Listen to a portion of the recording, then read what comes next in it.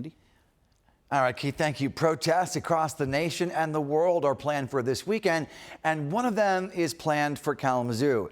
The protesters are expected to speak out against the illegal immigration raids in Los Angeles, some federal funding cuts, and other actions they don't like that were taken by the Trump administration. West Michigan protest organizers say everything will remain peaceful, but what legal challenges could they face if things do turn violent, as they have so many times in so many other places?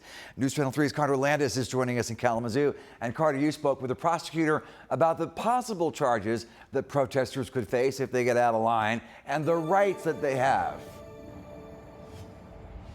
Yeah, that's right, Andy. This is the location of the Kalamazoo protest that's going to be happening this Saturday. This is South Drake Road and Sky Ridge Avenue. This is one of many places that are going to have protests. Kalamazoo, Paw Paw, Battle Creek, Grand Rapids. It'll be all over the state of Michigan and, as you said, the country and the world. And we did speak to Kalamazoo County Prosecutor Jeff Getting today, who said that protesters should know their rights and the possible consequences before they come out on Saturday.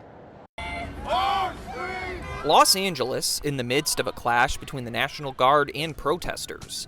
It comes after actions taken by ICE on immigration, federal funding cuts, and more. West Michigan is just one of more than 1,000 protests across the world happening this weekend, led by organizers here locally with indivisible Greater Kalamazoo.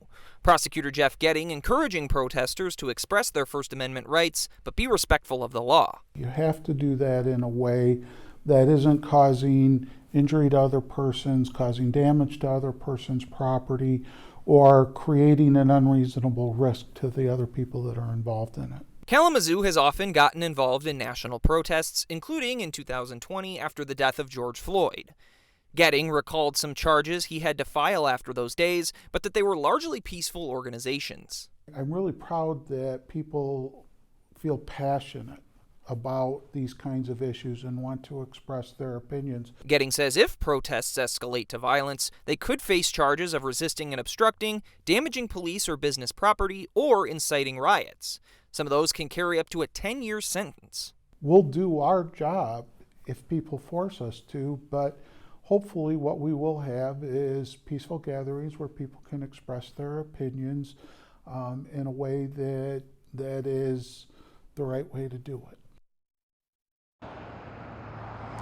And I also reached out to several sheriff's offices around our area to see if any are supporting ICE. And one department that got back to me was the St. Joseph County Sheriff's Department. That's Sheriff Chad Spence. He told me that they would support ICE as if they would support any other law enforcement, but they are not actively participating in the 287G program, meaning that they don't actively seek out immigration law violators. We're live in Kalamazoo. Carter Landis, News Channel 3.